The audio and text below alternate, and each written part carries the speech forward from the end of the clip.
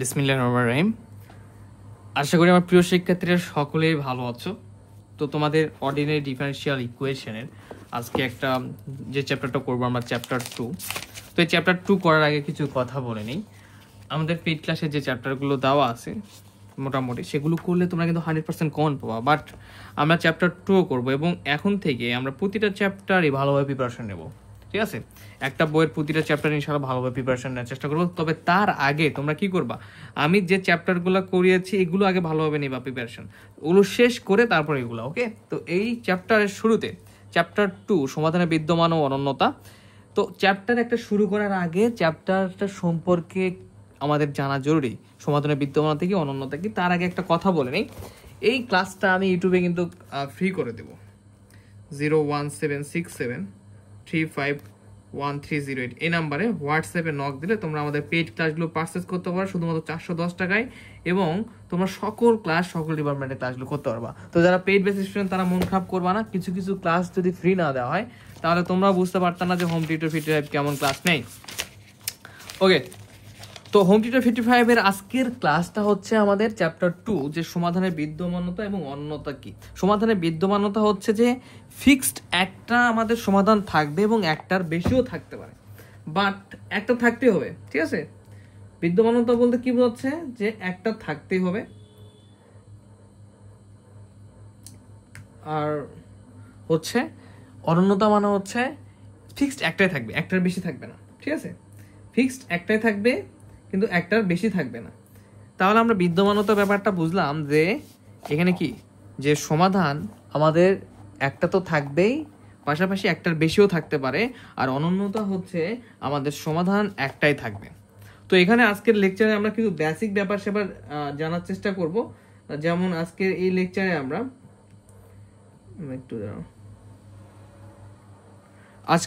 আমরা আদিমান সমস্যা প্রথমে জানার চেষ্টা করবো। আদিমান সমস্যাটা কি, তো আদিমান সমস্যাটাকে এভাবে খাতায় লিখে সুন্দর সুন্দর করে বোঝানোর কিছু নাই, এটা যার যদি বুঝে যায়। তোমরা তো চ্যাপ্টার 1 করে ফেলেছো ইতিমধ্যে হোক, আর যারা আমার পেইড ব্যাচের স্টুডেন্ট আশা করি তারা চ্যাপ্টার 3ও করে ফেলছে, এগুলোও করে ফেলছে। তো দেখো আদিমান সমস্যাটা কি, তো তোমাদের অন্তরক সমীকরণ সম্পর্কে আশা করি ধারণা আছে, যেহেতু তোমরা চ্যাপ্টার 1 করে ফেলেছো। ঠিক আছে, এবং কিছু শর্তের ব্যবহার রয়েছে। তো যখন আদিমান সমস্যাটা হচ্ছে, ধরো যে তোমার একটা অন্তরক সমস্যা, একটা সমীকরণ দেওয়া আছে, একটা অন্তরক সমীকরণ দেওয়া আছে, এবং এই অন্তরক সমীকরণটা যদি এক ক্রমের হয়, এক ক্রমের যদি হয়, এই অন্তরক সমীকরণের একটা শর্ত থাকবে। শর্ত কয়টা থাকবে? একটা থাকবে। ঠিক আছে, এটা কোনো বাউন্ডেড না, একটা জাস্ট শর্ত। এটা যদি 2 ক্রমের হয়, 2 ক্রমের যদি অন্তরক সমীকরণ হয়, সেক্ষেত্রে দেখা যাবে যে এর হচ্ছে 2টা ধরনের শর্ত রয়েছে, বাট 2টাই হচ্ছে বাউন্ডেড না।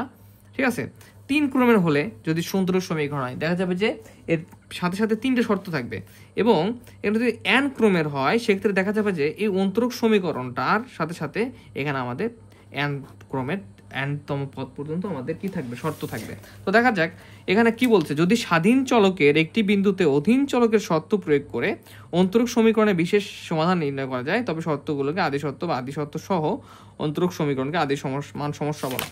তো এত কঠিনভাবে জানার কিছু নাই, আমরা একটু দেখি। দেখো এখানে দেখো একটা অন্তরক সমীকরণ দেওয়া আছে। ওকে, এই dy dx ইকুয়াল হচ্ছে 1। এখানে শর্ত একটা দেওয়া আছে y0 ইকুয়াল 2। ঠিক আছে, এই শর্ত এবং এই অন্তরক সমীকরণ মিলে হচ্ছে আদিমান সমস্যা। এখানে দেখো এটা কিন্তু ক্রম 1, এখানে দেখো ক্রম 2টা ক্রম d square by dx square. একটা হচ্ছে কি দেওয়া আছে আমাদের, হচ্ছে অন্তরক সমীকরণ। এই অন্তরক সমীকরণ একটা সত্য y1 ইকুয়াল 0, এবং এই y কে যদি ডিফারেন্সিয়েশন করা হয় সেক্ষেত্রে এটা মানটা একটা 3। তার মানে এখানে কি একটা শর্তকে আমরা ডিফারেন্সিয়েশন করে একটা শর্ত বের করছি, 2টা শর্ত এবং একটা অন্তরিক সমীকরণ, এই পুরোটা মিলে হচ্ছে আমাদের কি আদিমান সমস্যা। তাছাড়া একটু দেখি তো এটা কি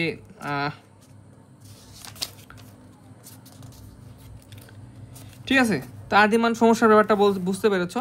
তো এখানে আরো কিছু ব্যাপার রয়েছে, যেমন 1 ক্রমের আদিমান সমস্যা, একটা অন্তরক সমীকরণ, একটা শর্ত। 2 ক্রমের অন্তরক সমীকরণ, 2 ক্রমের আদিমান সমস্যা আকারটা কেমন, এখানে দেখো, এখানে হচ্ছে দেখো একবার 1 ক্রম, এই যে ডি স্কয়ার বাই ডিএক্স 2 ক্রম, 2 ক্রমের আদিমান সমস্যা, একে একটা সত্য, সেই সত্যটাকে আরেকবার ডিফারেন্সিয়েশন করে একটা সত্য আসছে। এই পুরো প্যাকেজটাই হচ্ছে আমাদের কি, আমাদের হচ্ছে আদি শর্ত সহ যে আমাদের অন্তরক সমীকরণ রয়েছে, এটাকে বলা হচ্ছে আদিমান সমস্যা। ঠিক আছে, এখানে এন ক্রমের দেখো, এভাবে যতগুলো ক্রম থাকবে এভাবে আদিমান সমস্যার ব্যাপারটা এভাবেই কন্টিনিউ হবে। ঠিক আছে, তো আশা করি বুঝতে পেরেছো। আর সংজ্ঞাটা তোমরা খুব সুন্দর করে মুখস্থ করে নেবা যে স্বাধীন চলক এবং অধীন চলক ব্যাপার কি চ্যাপ্টার 1 আলোচনা করেছি। শর্ত প্রয়োগ করে যে একটা অন্তরক সমীকরণের বিশেষ সমাধান যদি নির্ণয় করা যায়, তবে শর্তগুলোকে আদি শর্ত এবং আদি শর্ত সহ অন্তরক সমীকরণকে, এই যে সহজ ভাষায় আদি শর্ত এবং আদি শর্ত সহ অন্তরক সমীকরণটাকে সেই আদিমান সমস্যা বলতেছে। এবং কোন অন্তরক সমীকরণ, যেটা হচ্ছে স্বাধীন চলকের একটি বিন্দুতে অধীন চলকের শর্ত প্রয়োগ করে যে অন্তরক সমীকরণটা গঠিত হচ্ছে, যেটা বিশেষ সমাধান নির্ণয় করা যায়, সেই অন্তরক সমীকরণটা সহ আদি শর্ত এবং আদি শর্ত সহ অন্তরক সমীকরণটাকে আমরা আদিমান সমস্যা বলছি। পয়েন্টটা বুঝতে পেরেছো, রাইট? আচ্ছা, খাতা ইউজ করলাম না, যখন করা লাগবে করব। দেখো সীমামান সমস্যাটা কি? সীমামান সমস্যাটা হচ্ছে যে যদি দুইটা স্বাধীন চলকের দুইটা বিন্দুতে অধীন চলক এর অন্তরতে শর্ত প্রয়োগ করে একের অতিক্রমের অন্তরক সমীকরণের বিশেষ সমাধান নির্ণয় করে, শর্তগুলোকে সীমা শর্ত সহ অন্তরক সমীকরণের সীমামান সমস্যা বলে। তো সহজভাবে বলতে গেলে দেখো, এখানে যদি আমরা দেখি, এটা একটা অন্তরক সমীকরণ দেখা যাচ্ছে এবং এর এখানে একটা আমাদের কি দেওয়া আছে, বই থেকেই দেখাচ্ছি, তোমরা আমার মাইন্ড করো না। যেগুলো জিনিস আমি আমার বরাবরই অলস, আমার মতো কেউ অলস হয় না, যে বিষয়গুলো বইয়ে ভালোভাবে দেওয়া আছে ওগুলো খাতায় লেখালেখি করা, পরিশ্রম করা কোনো প্রয়োজন মনে করি না। একটা অন্তরক সমীকরণ দেওয়া আছে, দেখো এখানে y0 1 y π/2 5, দেখো দুইটা আদি সমস্যা দেওয়া আছে, মানে সরি দুইটা শর্ত দেওয়া আছে, যেটা কিন্তু অন্তরীকরণ করে না, জাস্ট এক্স্যাক্টলি দুইটা শর্তই, মানে বাউন্ডেড। তুমি 0 থেকে π/2 এর মধ্যে, 0 থেকে π/2 এর মধ্যে, ঠিক আছে, 0 থেকে π/2 এর মধ্যে, এবং এটা কিন্তু বাউন্ডেড একদম, যে বলেই দেওয়া আছে 0 থেকে π/2 এর মধ্যে 1 থেকে 5। এটা কিন্তু দেখো y প্রাইম এভাবে আসেনি। সো আমরা এটাকে বলতেছি যে এই ধরনের যে বাউন্ডেড সীমা দেওয়া থাকবে, মানে এরকম দেওয়া থাকবে, পাশাপাশি একটা অন্তরক সমীকরণ থাকবে, আমরা তাকে বলবো যে সীমামান সমস্যা।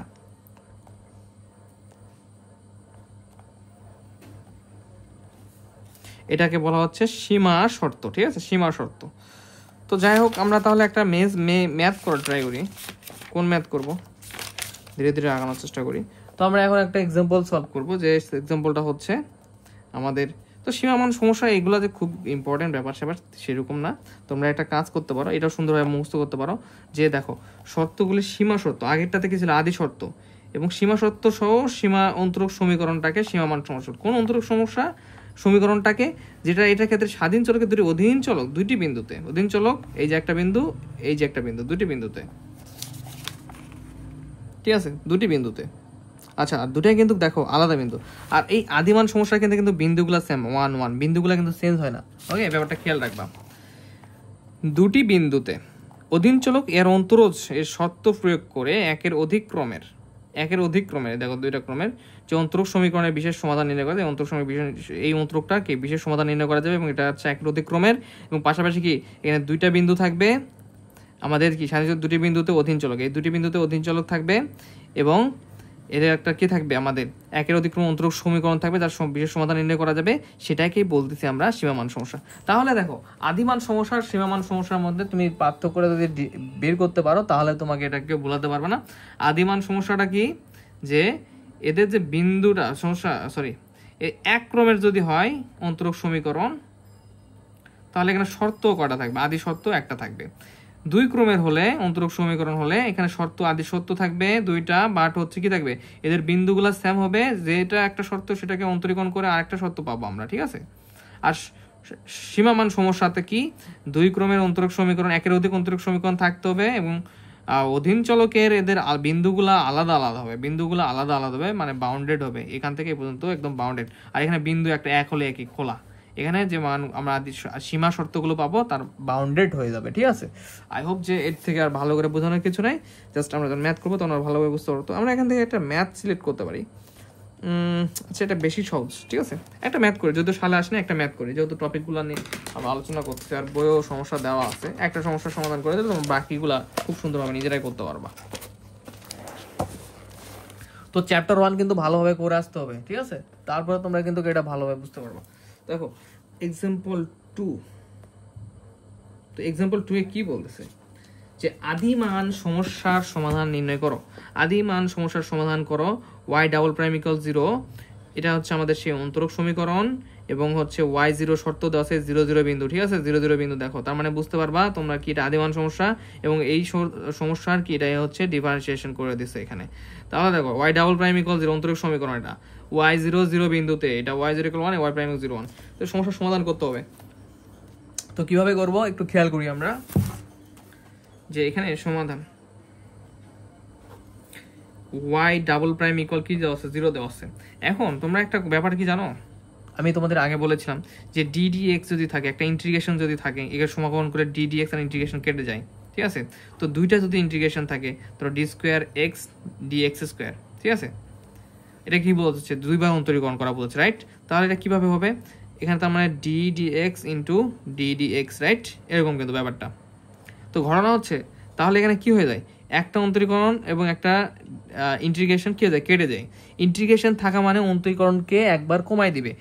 তো এখানে দেখো y ডাবল প্রাইম মানে কি, এটা কিন্তু দুইবার অন্তরীকরণ বোঝাচ্ছে। তো একে যদি আমরা একবার সমাকলন করি, একে যদি একবার সমাকলন করি, y ডাবল প্রাইম আছে, একবার যদি সমাকলন দিই, তাহলে দুইবার থেকে সমাকলন আর একটা অন্তরীকরণ কেটে গিয়ে শুধু একটা y প্রাইম হবে না, অবশ্যই হবে। তো এটা কেন হয়, কিভাবে হয়, এগুলো কিন্তু আমরা ক্যালকুলাস 2 ক্লাস সহকারে খুব ভালোভাবে বুঝেছি। যেমন ধরো যে তুমি যদি করো, সাপোজ মনে করো যে ddx x2 কে যদি তুমি করো, সাপোজ ধরো যে অন্তরীকরণ যদি করো, ঠিক আছে, তাহলে কি আছে 2x। তো 2x কে যদি আবার তুমি ইন্টিগ্রেশন করো তাহলে কি আসবে, দেখো 2 ইন্টু x2 বাই হচ্ছে n+1, এখানে পাওয়ার 1 2 কেটে গিয়ে আবার x2।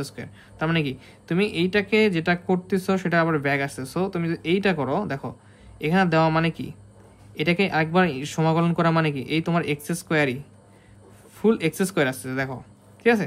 সো এটা কেটে দাও, কেটে যাবে, শুধু x2টা অন্ত হবে। তার মানে তুমি ddx x2 একবার অন্তরীকরণ করে যেটা আসতেছে সেটাকে যদি তুমি সমাকলন করো তাহলে শুধু এই ফাংশনের মানটাই আসে। সো আমরা বলতে পারি যে ddx এই পুরো অংশটাকে যদি আমরা সমাকলন করি তাহলে এই ddx এবং ইন্টিগ্রেশনটা কেটে দেয়, শুধু ফাংশনটাই থাকে, যেটার প্রুফ হচ্ছে এটা। না বুঝতে পারলে তুমি একবার খাতায় ব্যাপারটা করে বোঝার ট্রাই করো, 2 মিনিট ভাবো। তাহলে y ডাবল প্রাইমকে যদি একবার সমাকলন করা হয় তাহলে y প্রাইম হয়ে যাবে, শুধু একবার কমে যাবে অন্তরীকরণ। তুমি সাইড নোট দিয়ে দাও 1 নম্বর সমীকরণ এবং লেখো যে সমাকলন করে। ওকে, তো এই ব্যাপারটা আমি হচ্ছে চ্যাপ্টার 3 থেকে শুরু অন্যান্য চ্যাপ্টারে খুব ভালোভাবে বেশি করে বুঝাই দিছি। এখন আরেকবার সমাকলন করো এই বান্দাকে, তো একবার অন্তরীকরণ আছে, তো একে আরেকবার সমাকলন করলে কি হবে, আরেকবার আমাদের হচ্ছে একে যদি আমরা আরেকবার সমাকলন করি তাহলে এখানে আরেকবার অন্তরীকরণ আছে, তো আরেকবার সমাকলন করো, তাহলে একবার অন্তরীকরণ আর সমাকলন কেটে যাবে, তখন শুধু y থাকবে।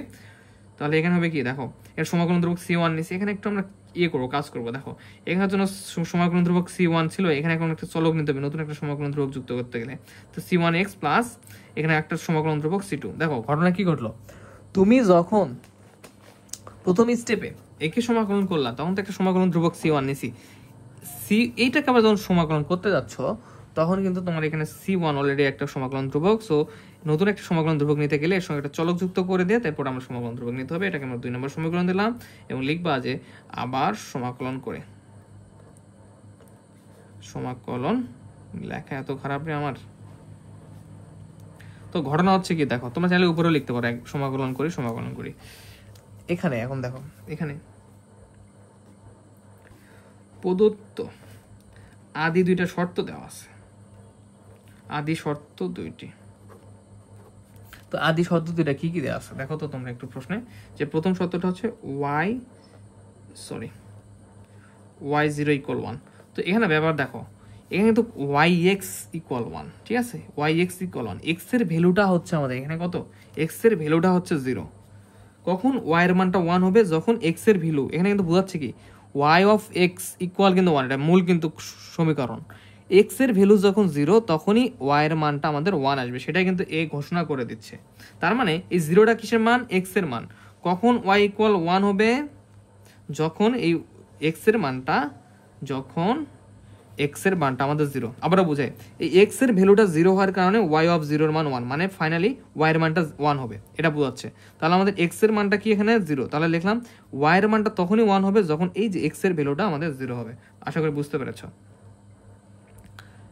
না বুঝলে আরো ভালোভাবে বুঝাই দিই। দেখো y = আমাদের একটা ফাংশন দেওয়া আছে x - x, ঠিক আছে, ধরো যে x দেওয়া আছে, x + 1 দেওয়া আছে, ঠিক আছে, ইকুয়াল হচ্ছে, আরে ধরো যে y = x = একটা আমার ফাংশন দেওয়া আছে x + 1। তো এখানে y এর মান x এর ভ্যালু 0 বসালে x এর ভ্যালু যদি 0 বসাই তাহলে x এর ভ্যালু এখানে 0 হয়ে যাবে, 0 + 1, তখন y ইকুয়াল কত আসবে আমাদের, এই যে 1, ঠিক আছে? এটা হচ্ছে কাহিনী। এখন দেখো দ্বিতীয় শর্ত, এবং দ্বিতীয় শর্তে কি দেওয়া আছে, এবং y প্রাইম 0 = 1 দেওয়া আছে। তো এখানে তুমি যদি দেখো তাহলে এখানে দেখো y প্রাইম = 1, এই যে y প্রাইম 0 মানটা 0 বসানোর পরে 1 হয়েছে, তখন y প্রাইমের মানটা 1 কখন হয়েছে, যখন x এর ভ্যালুটা 0, ঠিক আছে? তাহলে এটাকে আমরা 3 নম্বর সমীকরণ দিয়ে এটাকে দিয়ে 4 নম্বর। কেন হলো আর বুঝতে পেরেছো যে এখানে 0 দেখা যাচ্ছে, তার মানে y প্রাইমে আমার একটা ফাংশন ছিল যেখানে x এর ভ্যালুটা আমরা 0 বসাইছি, বসার সাথে সাথে y প্রাইমের মানটা আমাদের 1 হয়ে গেছে। আচ্ছা, এখন এই 3 এর সাহায্যে 3 এ কি কি ভ্যালু পেলাম, 3 এ আমরা ভ্যালু পেলাম হচ্ছে y = 1, x = 0। এই 3 এর সাহায্যে আমরা 2 নাম্বারটাতে মান বসাবো 3 এর মানগুলা। তাহলে লিখি এখন 3 এর সাহায্যে 2 হতে, 3 এর সাহায্যে 2 হতে, দেখো y এর মানটা 1 বসাবো, রাইট? y এর মানটা 1 বসাই, c1x, x এর মানটা 0 বসাই, y এর মানটা প্রথমে 1 বসালাম, c1x, x এর মানটা তুমি 0 বসাও, তাহলে শুধু কি থাকবে, c1x পুরোটা 0 হবে, শুধু c2 থাকবে, রাইট? শুধু c2 থাকবে। তাহলে এখানে শুধু থাকবে আমাদের c2, 2 এ যদি বসাও দেখো, তাহলে অতএব আমরা c2 = কত পাচ্ছি, 1। আবার একই কাহিনী করো, আবার 4 এর সাহায্যে 1 হতে, তুমি এই 4 এ দেখো, 4 হতে 4 এর সাহায্যে 4 এ কি কি আছে, y প্রাইমের মান 1 আছে, x এর মান 0 আছে, তো শুধু আমাদের y প্রাইমের মানটা লাগবে 1। এই দেখো 1 এ এখন y প্রাইমের মানটা যদি 1 বসাও তুমি, দেখো এই 1 নম্বরে y প্রাইমের মানটা এই যে এখান থেকে পেলাম 4 নম্বর থেকে, বসালে কি আসবে, c1 = 1 আসবে। তাহলে এখানে আসবে আমাদের 1 = c1, অতএব c1 = 1। তো আমাদের কাজ শেষ মোটামুটি। এখন আমরা যে কাজটা করব, যে আদিমান সমস্যার সমাধান নির্ণয়টা করে ফেলবো।